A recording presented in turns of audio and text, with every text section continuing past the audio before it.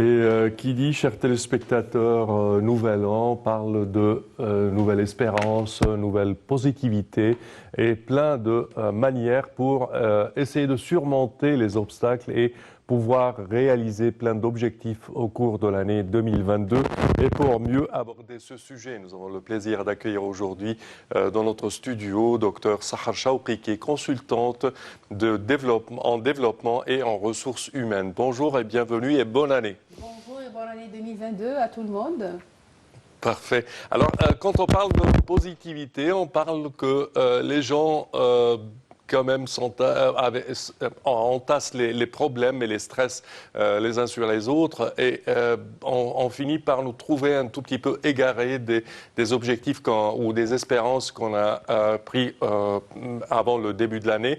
Mais comment persévérer et comment accomplir ces objectifs avec être assidu, être plus persévérant, je dirais, pour pouvoir arriver à aboutir à réaliser nos aspirations et nos objectifs pour 2022. Bon, c'est une très bonne question. Vous avez commencé par dire le fait disons, de se transformer de négativité envers positivité. Et puis, oui, vous avez spécifié le fait, disons, comment est-ce qu'on peut achever ou bien accomplir nos objectifs à la lumière de tout ce qu'on, disons, tous les défis auxquels on fait face. Oui. Bon, la première chose là, pour répondre à votre dernière question là concernant les objectifs, pour pouvoir achever les objectifs, il faut toujours se fixer une vision. Car lorsqu'on fixe une vision positive, c'est plus facile d'accomplir les choses auxquelles on aspire. Par exemple, si on veut parler, par exemple, d'apprendre une nouvelle langue, ça va m'aider, par exemple, dans mon travail ou dans mon entourage, avec sa culture, avec quoi que ce soit, et essayer de visionner cet atout, je dirais, tout le temps pour l'atteindre. Bon. Laissez-moi, disons, élaborer un tout petit peu sur cette question parce que c'est très importante. D'abord, pour pouvoir parler d'une vision, puisque j'ai une vision là, la vision, c'est, disons, c'est le parapluie qui englobe le mot objectif, oui, parce qu'on commence par la vision, puis on va, disons, en dessous de la vision, on doit avoir, disons, ce qu'on appelle mission, puis stratégie, puis on descend vers les objectifs. Oui. Voilà. D'ailleurs, il y a quelqu'un qui m'a posé une question la semaine dernière, quelle différence y a-t-il entre but et objectif? C'est une question très pertinente, quoi.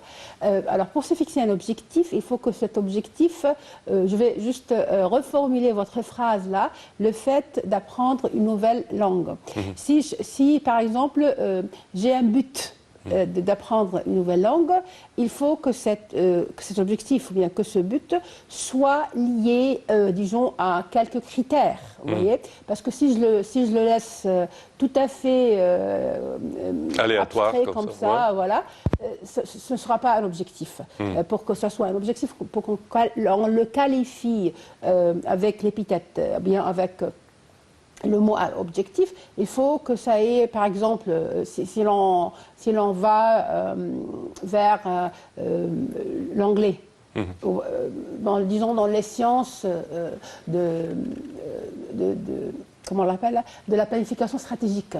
Il faut que cet objectif soit spécifique, on dit en anglais measurable, qu'on peut mesurer. Il faut que ça soit attainable, achievable, qu'on peut achever. Ça veut dire, si je dis par exemple, je me fixe un objectif d'apprendre la langue française, oui, apprendre la langue française, comment et quand et avec qui, tout ça c'est très important.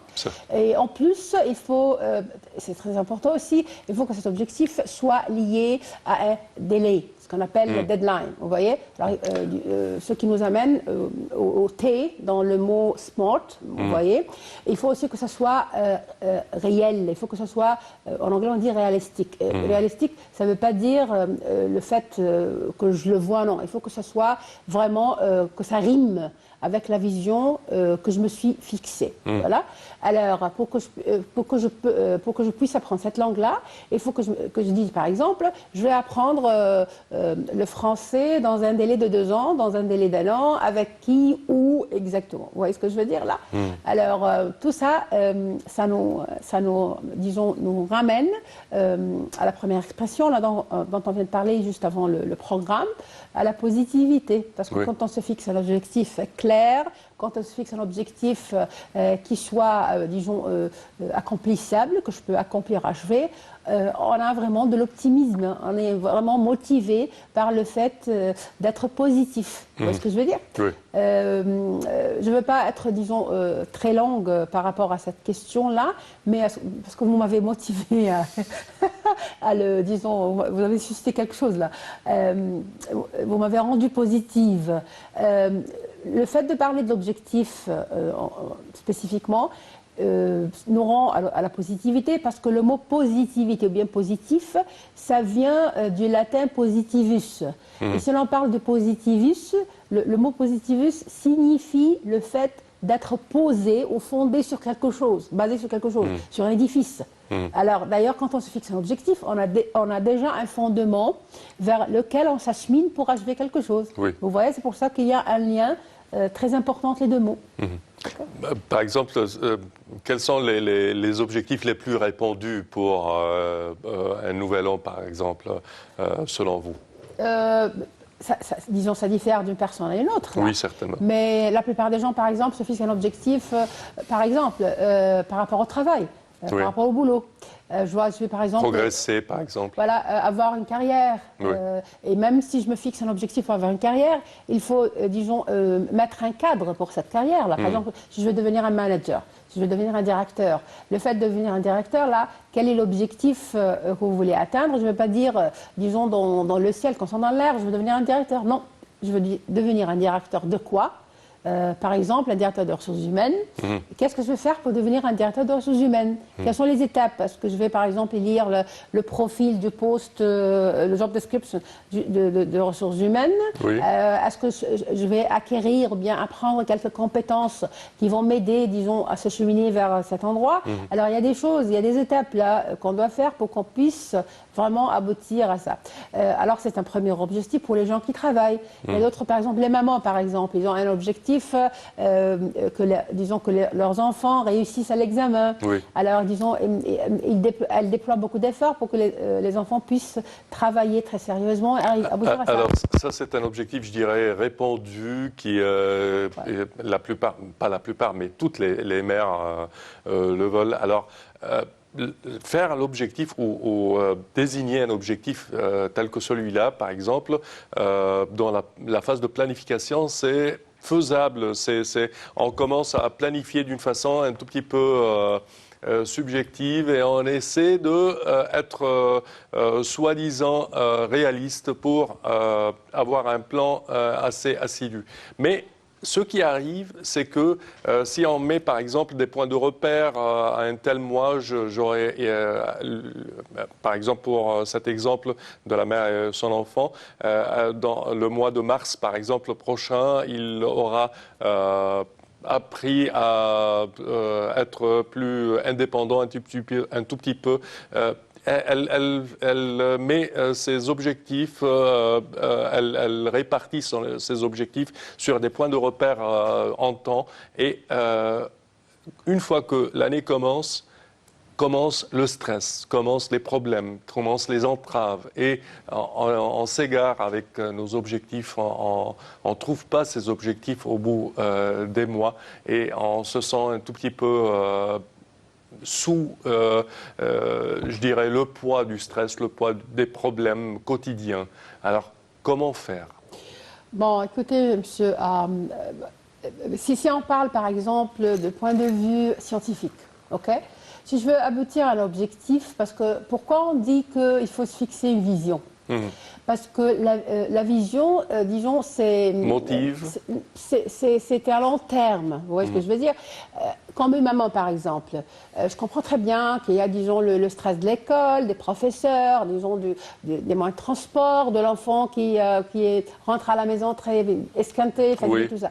Je comprends tout ça. Mais si la maman perd le zèle, vous voyez, si la maman perd l'enthousiasme, si la maman n'est pas assez visionnée, elle n'a pas cette vision, disons, qui tourne dans la tête, comme si la vision est affichée sur un pancarte. Alors, si cette vision-là n'est pas claire, si cette vision-là n'est pas à long terme, il arrive très facilement, parce qu'on est humain, voilà, il arrive facilement à ce que, comment dirais-je, à ce qu'on perd cette motivation-là, c'est normal.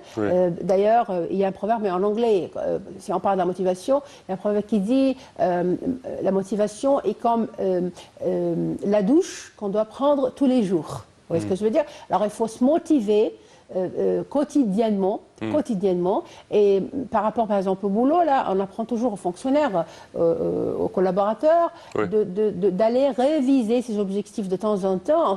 Même la loi égyptienne, même n'importe quelle loi internationale, il vous fixe, disons, un délai là, pour les objectifs. Vous avez, par exemple, pour l'évaluation des objectifs, vous avez le délai de 3 mois, puis vous avez le délai de 6 mois, puis vous avez le délai de 12 mois. Alors, le fait disons, de se fixer l'objectif, si vous avez choisi sélectionner mon objectif, ça veut dire qu'il doit être achevable. Et c'est pour cela qu'on a toujours tendance à aller vers la science qui s'appelle Managed by Objectives. Ça veut dire gérer par les objectifs. Et dans le cadre de ce que je veux dire là, la qualification, bien le qualificatif, bien l'épithète SMART. Alors, si vous arrivez vraiment à élaborer un objectif de la façon correcte pour que ça rime avec le fait d'être spécifique, d'être mesurable, d'être achevable, d'être, disons, réalistique et d'être lié dans le cadre d'un temps, soyez sûr que vous allez l'achever.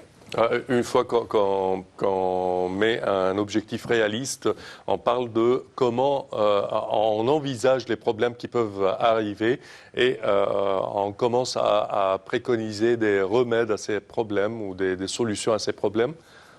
Bon, la solution magique pour que vous puissiez faire face à tous les, je ne vais pas dire problème, à tous les défis là, vous savez très bien que le mot problème, ça engendre la négativité, ça pousse votre corps, disons, à sécréter la négativité. Lorsqu'on dit un défi, lorsqu'on remplace le mot problème par un défi, disons problem with challenge, dans ce cas-là, comment dirais-je, l'hormone, voilà, l'hormone de positivité commence à être fort dans votre corps et vous pouvez, disons, surmonter tous les obstacles. Là.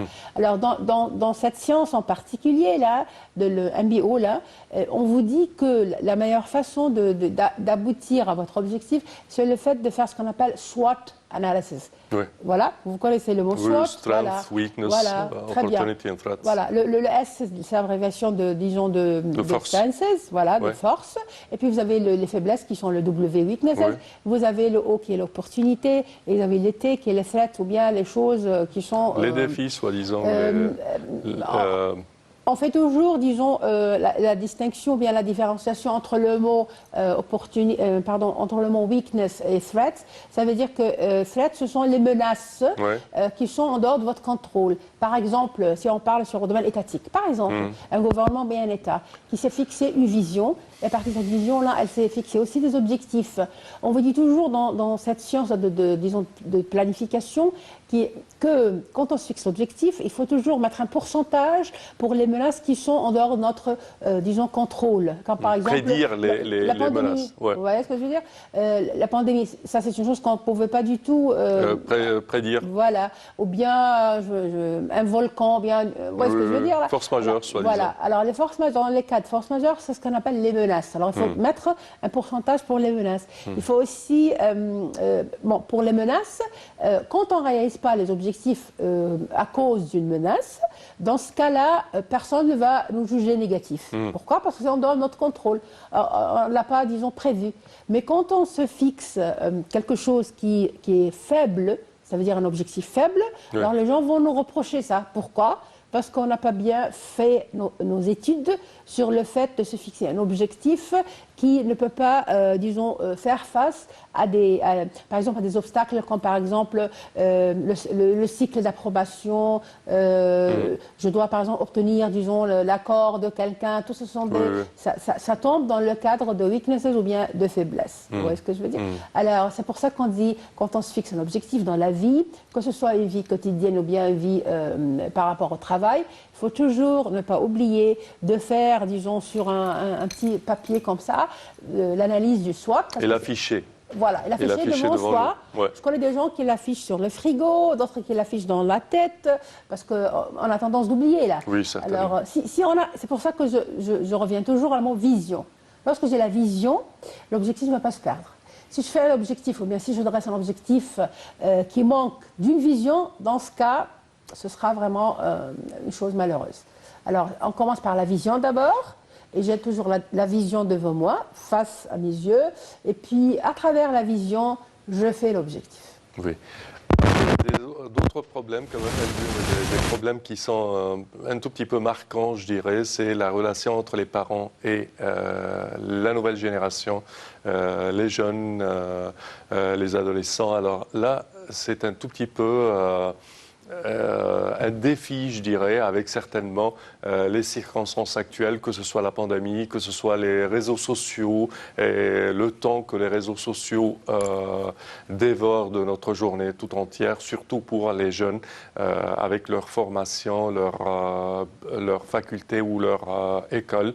Alors, comment essayer de, je dirais gérer les adolescents et les jeunes pour qu'ils puissent, je dirais, profiter du bon, soi-disant, comment profiter de leur temps par une bonne manière, que ce soit pas avec des énergies consommables, que ce soit par exemple les réseaux sociaux ou autre chose qui leur fait perdre leur temps. Bon, ça c'est une question très compliquée et puis tout le monde fait face, disons, à ce défi-là. Ouais. Pas uniquement en Égypte, mais dans tout le pays là. Oui. Et c'est pas uniquement dans le cadre d'une pandémie, parce que les réseaux sociaux, le social media, tout ça, c'est partout. C'est quelque chose qui cause un problème à tout le monde. Et oui, les parents, mais je pense que ça a pris de l'ampleur au cours des 2 dernières années. Il y avait un temps avec le lockdown, les gens étaient confinés à domicile, alors les réseaux sociaux ont pris une part incroyable. Je vais vous dire mon point de vue là, vous pouvez, disons, le trouver bizarre. Allez-y. Avant la pandémie, disons, les jeunes utilisaient les réseaux sociaux pour pouvoir communiquer, disons, faire des photos, tout ça. Avec la pandémie, moi je trouve, au contraire, parce que moi j'ai des adolescents, j'ai des fils et des filles. Avec la pandémie, au contraire, la pandémie a renforcé, disons... le rôle des réseaux sociaux ? Non, a renforcé l'utilisation des réseaux sociaux dans un cadre plus utile, plus bénéfique. Pourquoi? Parce qu'à cause de la pandémie maintenant, tout le monde a tendance à lire... pandémie, tout le monde est en train, disons, de faire des recherches. Quand est-ce que la pandémie, disons, va s'arrêter? Qu'est-ce que je vais faire si, par exemple, un parent, parce que toutes les familles, disons, il doit y avoir un membre qui est touché par cette maladie. Oui. Alors, au contraire, les jeunes maintenant vont aux réseaux sociaux, se penchent vers les réseaux sociaux pour faire des recherches concernant des thèmes sur lesquels ils ne réfléchissaient pas du tout au début. Vous voyez ce que je veux dire? Alors, avant la pandémie, c'était de n'importe quoi. Après la pandémie, je ne veux pas dire qu'ils ont cessé, disons, de consulter, disons, des sites. Non, ils le font, mais ce n'est pas avec le même pourcentage qu'ils le faisaient quand la pandémie n'était pas là. Vous voyez, parce que je vois des témoignages devant moi. Vous voyez, même disons, comment dire, les épisodes, par exemple, ils ont le Netflix sur la TV. Maintenant, ils cherchent à voir des épisodes qu'au début, ils ne voyaient pas. Oui, également, quand on parle de nos enfants, toujours, quels sont les conseils qu'on peut leur donner pour réduire un tout petit peu leur temps sur les réseaux sociaux? Bon. Et que ce ne soit pas, je dirais, avec un sens négatif. Bon. Bon. Que ce ne soit pas avec un sens négatif, alors ça nous ramène toujours, disons, à la négativité-positivité. Quand je viens de dire là au début là, que le mot positif, ça vient du latin positivus, qu'il faut être fondé sur quelque chose, ce qui nous a ramené aussi sur le fait de parler de l'objectif. Le mot négatif aussi, ça nous ramène sur l'origine du mot. Le négatif vient aussi, disons, étymologiquement, du mot négativus. Alors, négativus, c'est quand on nie les choses. En anglais, c'est deny. Oui. Alors, lorsqu'on commence à nier, lorsqu'on commence à ne pas reconnaître la vérité, la réalité, on est négatif. Alors, la première chose qu'il faut, disons, avant de parler des enfants, comment ils peuvent, disons, faire face à ça, il faut renforcer l'esprit de positivité dans l'enfant. Comment on fait ça? Il y a plusieurs choses là. Il faut stresser le fait, disons, ou bien la notion de la gratitude chez l'enfant. Le remerciement, ok? On doit être grateful. C'est un mot magique, celui-là. Voilà, c'est un mot très magique. D'ailleurs, c'est très facile à le faire. Hein. Oui. Vous voyez, par exemple, je suis là, je suis votre maman, je suis avec vous. Ça, déjà, c'est une chose qui est très positive. Oui. Votre, disons, père fait tout ce qu'il peut pour pouvoir vous assurer une vie confortable. Oui. Ça aussi, c'est... Moi, je me souviens, là, une chose très importante, là, par rapport à ça, parce que tout le monde me pose cette question, monsieur. Très récemment, on l'a acheté dans un site où il y avait beaucoup d'ingénieurs. Ces ingénieurs-là travaillent dans le domaine pétrolier. Vous voyez? Quand j'ai vu les conditions dans lesquelles ces ingénieurs travaillaient, c'était à Sokhna, en dehors du Caire, vraiment c'était lamentable. Pourquoi? Parce qu'ils sont vraiment dans le vide, ils sont dans le désert. Et si je veux voir, ou bien si je veux parler, ces gens-là, ou bien c'est cette catégorie-là des ingénieurs, ce sont eux qui m'ont rendu positive. Parce que moi, en allant là-bas, en voyant la voie, comment elle était cassée, les routes et tout ça, moi, il y a eu un risque de négativité qui allait m'affecter. Mais dès que j'ai vu les jeunes ingénieurs devant moi, dès que j'ai vu, disons, leur, comment dirais-je, positivité, soi-disant. Voilà, leur sourire, disons, sur leur visage, j'ai tout oublié par rapport à tous les obstacles auxquels j'ai fait face. Vous voyez? Alors, parce que eux, ou bien en dépit de tout l'environnement qui les entoure, eux, ils ont cette gratitude. Ils sont loin de leurs parents, de leurs enfants et tout ça, mais ils sont grateful, vous voyez? Ils disent toujours merci. Alors. Sur cette note positive, Dr Sahar, nous tenons à vous remercier de vos explications. Ce fut une rencontre, je dirais, tellement positive et espérons que pour le nouveau an, chers téléspectateurs, que vous ayez retenu plusieurs conseils de notre invité d'aujourd'hui, Dr Sahar Chaouri, qui est consultante de développement et en ressources humaines. Merci à vous. Ce fut un plaisir. Merci. Bonne année à tout le monde. Et Merci. un seul mot, là, un dernier mot, soyez positifs. Parfait. Chers téléspectateurs, au terme de cette édition, nous tenons à vous remercier d'avoir été des nôtres et je tiens à remercier toute notre équipe pour aujourd'hui. Merci à vous et bonne année 2022. Au revoir.